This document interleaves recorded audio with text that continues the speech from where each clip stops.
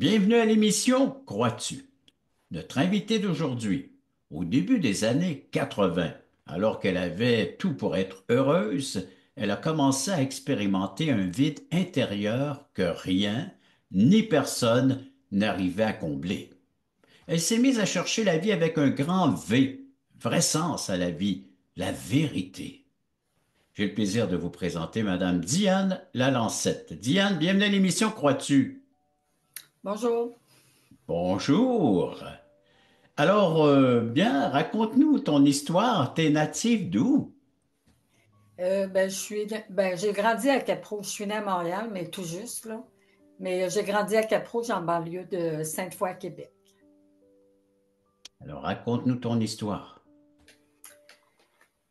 Je suis née au début des années 50. J'ai grandi dans une famille de cinq enfants. Je suis l'aînée. Je suis mariée depuis 52 ans. On a eu deux filles auxquelles se sont ajoutés deux gendres et cinq petits-enfants qui sont, pour moi et mon mari, une source de joie. Hmm. J'aimerais commencer peut-être en partageant quelques événements qui m'ont amené à rencontrer celui qui a transformé ma vie, Jésus-Christ. J'ai grandi dans une famille aux revenus modestes. Mon père était journalier. Il a dû cumuler deux emplois afin de pourvoir aux besoins familiers de la famille. Il n'y avait pas beaucoup de gâteries à la maison. Je me souviens qu'à l'école, je me sentais souvent défavorisée par rapport à des élèves de famille mieux nantis. Mes parents n'étaient pas très démonstratifs. Je n'ai aucun souvenir de marque de tendresse ou d'affection. À cause de son travail, on voyait rarement mon père à la maison et quand il avait du temps libre, il le passait souvent devant la TV tout en lisant son journal. Il parlait peu et quand il le faisait, c'était souvent sur un ton dominant, parfois même arrogant, pour faire valoir son point de vue. Je me disais qu'il valait mieux me taire que de risquer d'être méprisé. Hmm. Ma mère était L'approche une... n'était pas facile, hein? Pas trop Non, relationnelle. Hmm. non, pas du tout. Ma mère était une personne perfectionniste. Il lui arrivait souvent de passer derrière moi pour reprendre des tâches qu'elle m'avait confiées sans dire un mot. Ça faisait que je me sentais inadéquate et impuissante à répondre à ses attentes et je me disais, je ne veux plus essayer de lui faire plaisir, c'est impossible. Mais malgré les manques affectifs, j'ai le souvenir d'une enfance heureuse, d'une petite fille qui était joviale, qui avait confiance en elle-même. Probablement à cause de la valorisation que je recevais à l'école. Hmm. Et dans la famille aussi, alors que j'étais dans les premières de classe et que j'étais souvent demandée pour aider des élèves en difficulté. Il y a un événement qui est venu, je dirais, chambouler ma vie. À la fin de mon primaire, ma prof de septième année m'a réprimandé sévèrement devant toute la classe. Je ne me souviens pas des paroles exactes, mais je me souviens de l'effet dévastateur que ces paroles ont eu sur ma vie par la suite. Je me suis sentie humiliée, dénigrée et je me suis mise à me dire je ne veux plus me faire remarquer pour mes succès scolaires. Ça fait trop mal d'être disqualifiée et à croire que je n'avais pas besoin des autres, que je pouvais très bien m'arranger seule. Au début du secondaire, la peur d'être rejetée à nouveau m'a amenée à me replier sur moi-même et à me conformer aux attentes des autres ou à m'isoler lorsque je me sentais mal à l'aise avec certaines situations ou personnes. Hmm. Entre autres, avec le sexe opposé qui me semblait souvent utiliser les femmes comme des objets sexuels. Hmm. Comme je n'étais pas prête à répondre à leurs attentes, je n'étais pas très populaire. Je ne me sentais pas belle, ni attirante, ni intéressante. Ces quelques expériences et les discours intérieurs que j'avais développés dans mon cœur m'ont amené à entretenir une mauvaise estime de moi et à perdre toute confiance en mes capacités personnelles. La peur du rejet m'a neutralisée. C'est dans ce contexte-là que j'ai quitté la maison de mes parents pour aller étudier. Et j'ai laissé derrière moi leur religion et les rituels auxquels je m'étais conformée, sans jamais me sentir concernée par un Dieu qui, pour moi, ne représentait qu'un personnage historique, lointain et inaccessible, un peu comme mon père. Hmm. Je me suis mise en mode de recherche du bonheur avec un grand B, sans trop savoir ce que je recherchais exactement. En 70, j'ai rencontré celui qui est devenu mon mari 2 ans plus tard. Il a su gagner mon cœur par son écoute attentive, pour la première fois, je me sentais accueillie et aimée. Dès le début de mon mariage, j'ai vécu beaucoup de déceptions et de frustrations, car un peu comme ma mère, mon mari avait tendance à me reprendre lorsque je ne faisais pas les choses à sa façon. Aussi comme mon père, il passait beaucoup de temps à lire les journaux et à regarder la TV. Je me sentais seule et abandonnée. Comme je n'avais pas appris à exprimer mes attentes clairement, de façon adéquate, il m'arrivait souvent de me retirer pour pleurer et bouder. Mon mari, qui était un homme doux et pacifique, essayait de comprendre ce qui se passait, mais face à mon mutisme, il se sentait inadéquat et retournait à la TV. Ça ne faisait que me pousser à me replier encore plus sur moi-même. Avec les années, un fossé de plus en plus important se creusait entre nous, si bien qu'au début des années 80, malgré le fait que socialement, j'avais tout pour être heureuse, une famille, la santé, un travail qui nous permettait d'avoir accès à une vie confortable, je n'arrivais pas à trouver le bonheur auquel j'aspirais. À cette même époque, un profond sentiment d'incompétence au travail ainsi qu'une prise de conscience que tout ce sur quoi j'avais fondé ma vie pouvait disparaître du jour au lendemain m'a complètement déstabilisée et m'a rendue très anxieuse. J'ai commencé à ressentir un vide intérieur que j'ai essayé de combler par les loisirs et les biens matériels sans succès. Je me sentais glissée dans un état dépressif important qui me rendait de plus en plus inapte dans presque tous les domaines de ma vie. Comme je ne faisais pas confiance aux traitements médicaux pour traiter ce genre de problème, je me suis tournée vers les thérapies du nouvel âge, telles que la parapsychologie, la pensée positive, le transfert d'énergie, sans résultat. Diane, ce qu'on va faire, on va faire une courte pause et j'encouragerai les parents à inviter leur adolescent à être à l'écoute de ton témoignage. En tout cas, cette première partie, je trouve qu'elle répond tellement à un besoin, le manque relationnel, le manque de relations, hein. Souvent, et on s'isole. En tout cas, j'ai réfléchi là, tout en t'écoutant, puis je me suis dit, si les adolescents étaient à l'écoute, hein, de ton témoignage, ils pourraient en retirer beaucoup. Alors, donc, invitation aux parents de mettre les ados, leurs enfants à l'écoute de ton témoignage. Courte pause et après la suite de ton histoire. Le voici, ce merveilleux cadeau. Nous vous offrons un livret d'environ 20 pages qui a comme titre Passeport pour le ciel. Très bien illustré. Un enfant le pourrait saisir, comprendre la portée du message. Nous vous l'offrons tout à fait gratuitement, sans aucun déplacement de votre part. Vous pouvez nous appeler, vous pouvez aller sur notre site croixtu.ca, faire des demandes, mais il sera livré à la maison, chez vous. Alors donc, juste en faire la demande, et il sera livré gratuitement à la grandeur du Québec, grandeur du Canada, à tous ceux qui voudront le recevoir, qui va vous expliquer comment avoir un passeport pour entrer au ciel. Et cela pour l'éternité. Diane, pas trop facile, hein? Pas trop facile. Les relations très difficiles, peu d'estime de soi. Et quelle est la suite de tout cela? Ben c'est ça. Je disais que je m'étais tournée vers des thérapies du nouvel âge, sans résultat. Fait que ben, je me suis sentie entraînée dans un gouffre sans fond. J'ai visité des centres de thérapie tels que la thérapie du rebirth, le cri primal, le yoga, sans trop m'y engager car j'avais le sentiment de devoir céder le contrôle de ma vie à quelqu'un d'autre et ça me faisait peur. C'est à ce stade de ma vie que j'ai commencé à soupirer après la vie avec un grand V et la vérité. Un jour, une phrase a attiré mon attention et je cite: « De la même façon que tout être humain est soumis à des lois physiques, comme celle de l'attraction terrestre et de la pesanteur, ainsi qu'à des lois civiles comme celle du code de la route, par exemple, tout être humain est soumis à des lois divines. »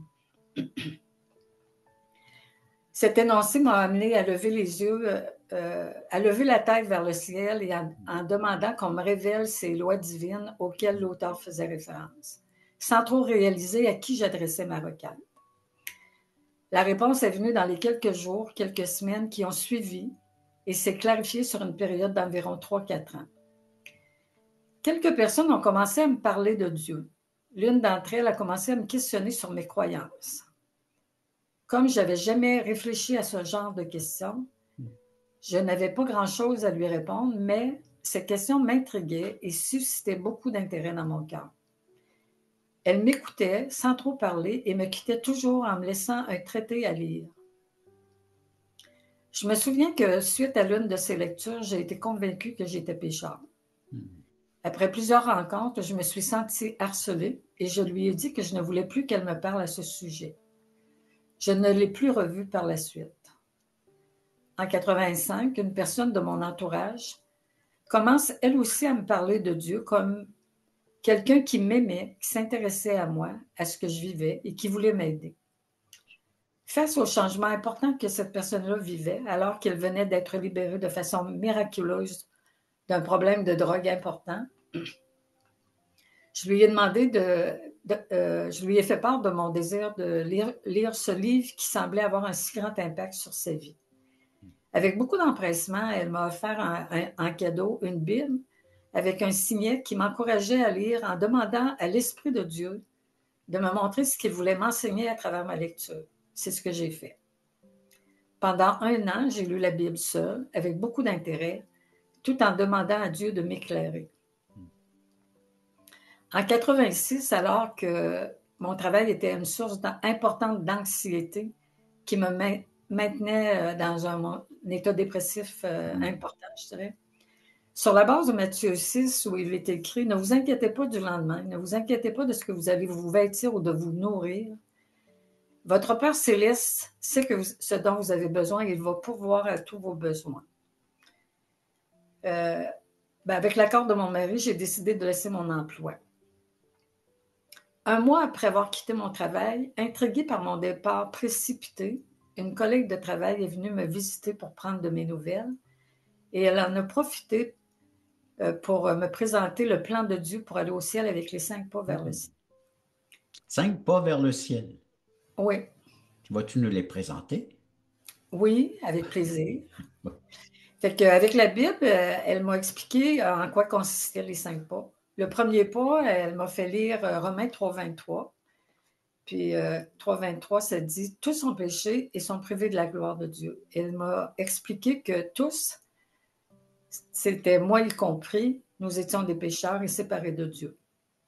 Le deuxième pas, le salaire du péché, c'est la mort. Elle m'amène à réaliser que le péché doit être puni et que la punition exigée par Dieu était la mort. Le troisième pas, Dieu prouve son amour envers nous en ce que lorsque nous étions encore des pécheurs, Christ est mort pour nous. Romains 5,8. Elle me fait comprendre que Dieu m'aime et que la plus grande preuve de son amour pour moi est que Jésus est mort à la croix, à ma place, afin que tous mes péchés soient pardonnés. Le quatrième pas, c'était après m'avoir fait lire Romains 6,23, où il était écrit « Le salaire du péché, c'est la mort », j'ai lu Romains 6,23b qui dit « Mais le don gratuit de Dieu, c'est la vie éternelle en Jésus-Christ. » Et elle m'a invité à considérer le fait que Dieu m'offre un cadeau gratuit, la vie éternelle, une union avec le seul vrai Dieu. Le cinquième pas, si tu confesses de ta bouche le nom du Seigneur Jésus et si tu crois dans ton cœur que Dieu l'a ressuscité des morts, tu seras sauvé. Romains 19,10. Elle m'explique que Dieu m'offre le moyen de m'en sortir en croyant au Seigneur Jésus, ressuscité, et en me repentant, c'est-à-dire en me détournant de mes péchés et en les abandonnant à Jésus. Ma réaction a été de lui dire « Je lis la Bible depuis au moins 1 an et je sais toutes ces choses et j'y crois. » Sa réaction a été de me citer Apocalypse 3,20 où Jésus dit « Je me tiens à la porte et je frappe. Si quelqu'un entend ma voix et ouvre la porte, j'entrerai chez lui et je dînerai avec lui. » Avec l'aide d'une image, celle d'une porte avec une fenêtre, elle m'a expliqué « Il y a une personne qui frappe à ta porte. Tu vois à travers la fenêtre. Tu l'entends frapper, mais tant que tu n'as pas ouvert la porte à cette personne, elle demeure toujours à l'extérieur. Et elle me fait comprendre que pour que Jésus entre dans ma vie, j'ai besoin de lui ouvrir la porte et de l'inviter à entrer dans ma vie. Elle m'a laissé avec le traité et m'a encouragé à le relire seul après son départ, ce que j'ai fait le soir même. Après avoir relu le feuillet et reconnu que le péché me condamnait à être séparé de Dieu, que Jésus avait accepté de mourir sur la croix afin que tous mes péchés soient pardonnés, que par sa résurrection des morts, et Jésus me donnait accès à une relation personnelle avec Dieu, je me suis mise à genoux au pied de mon lit pour demander pardon à Dieu pour tous mes péchés et je l'ai remercié pour Jésus que j'ai invité à entrer dans ma vie. Je me suis sentie envahie par une grande paix intérieure et j'ai trouvé beaucoup de joie à faire des choses que j'avais toujours faites dans le passé, plus par devoir, sans y trouver vraiment de plaisir. Fait que l'histoire de Dieu dans ma vie ne s'arrête pas ici. Ben, nous, on va faire une courte pause à ce moment-ci de l'émission. Mais merci d'avoir expliqué les 5 pas et nous avoir ben, permis d'entendre que toi, tu les as fait, ces 5 pas vers le ciel. Et que maintenant, tu bénéficies de cette présence de Dieu dans ta vie. Après la pause, la suite de ton histoire. Vous rappelez-vous du temps où vous étiez dans ce monde totalement perdu, quand Dieu vous cherchait? Vous souvenez-vous de la joie ressentie au moment où vous êtes passé de l'ombre à la lumière? Quand votre raison de vivre par l'amour de Dieu est devenue claire? Allons, levons les yeux, montons sur la montagne pour conquérir. À la gloire de Dieu et au salut des âmes perdues, il est temps de célébrer notre foi.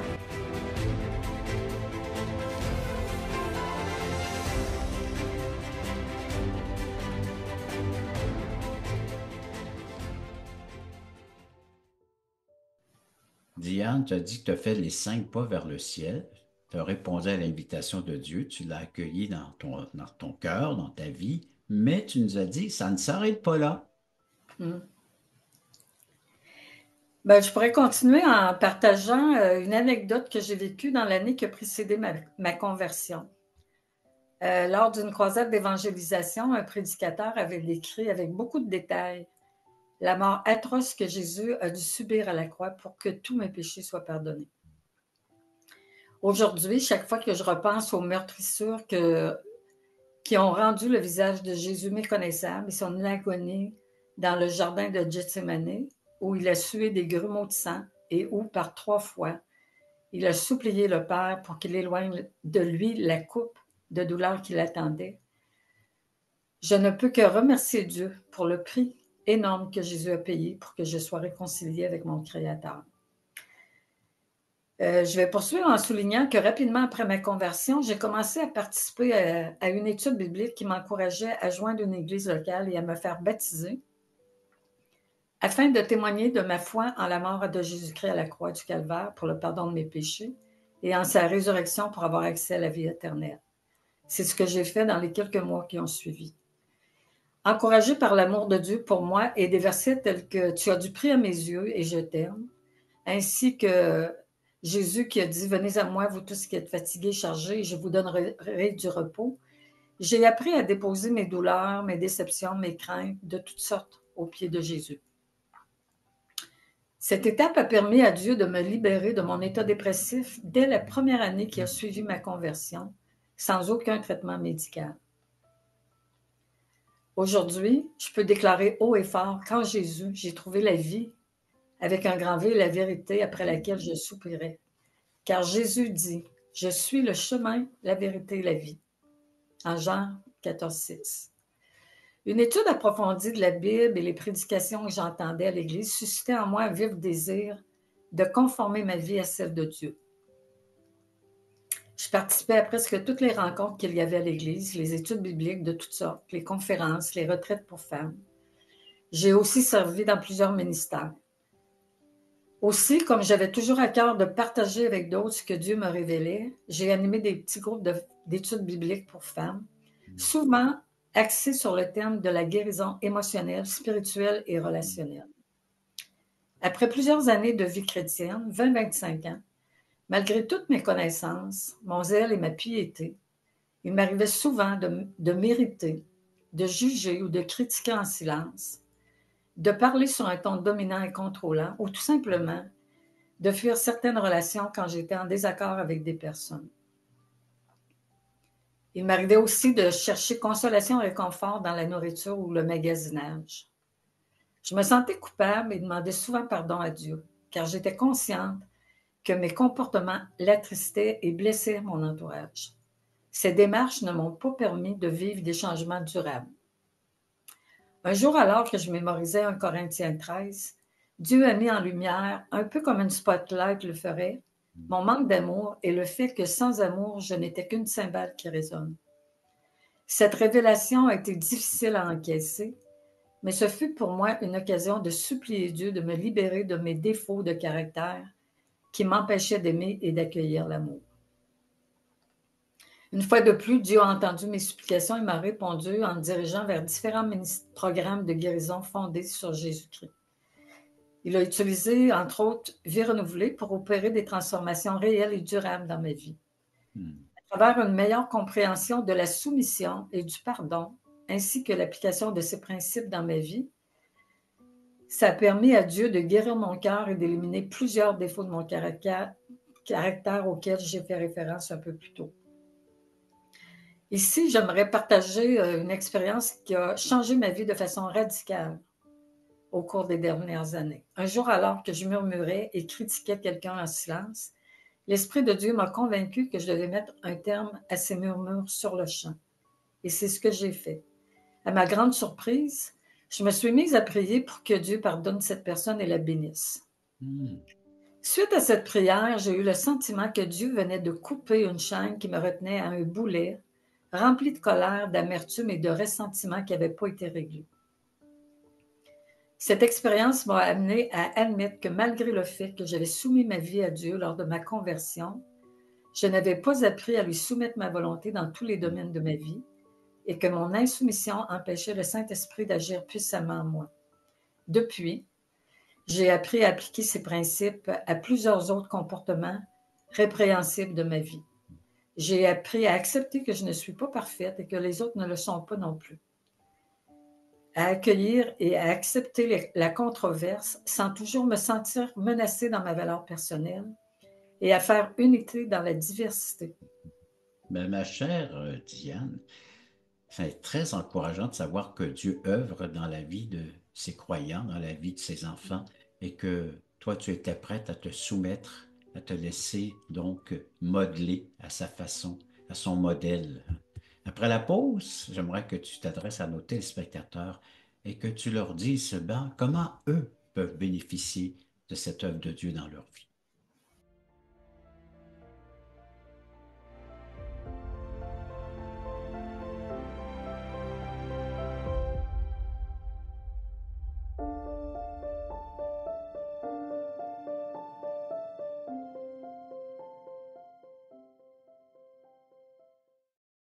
Le samedi 11h30, Crois-tu vous invite à regarder les témoignages vivants et percutants qui nous ramènent à l'essentiel. Nos invités vous dévoileront comment le Seigneur est entré dans leur vie.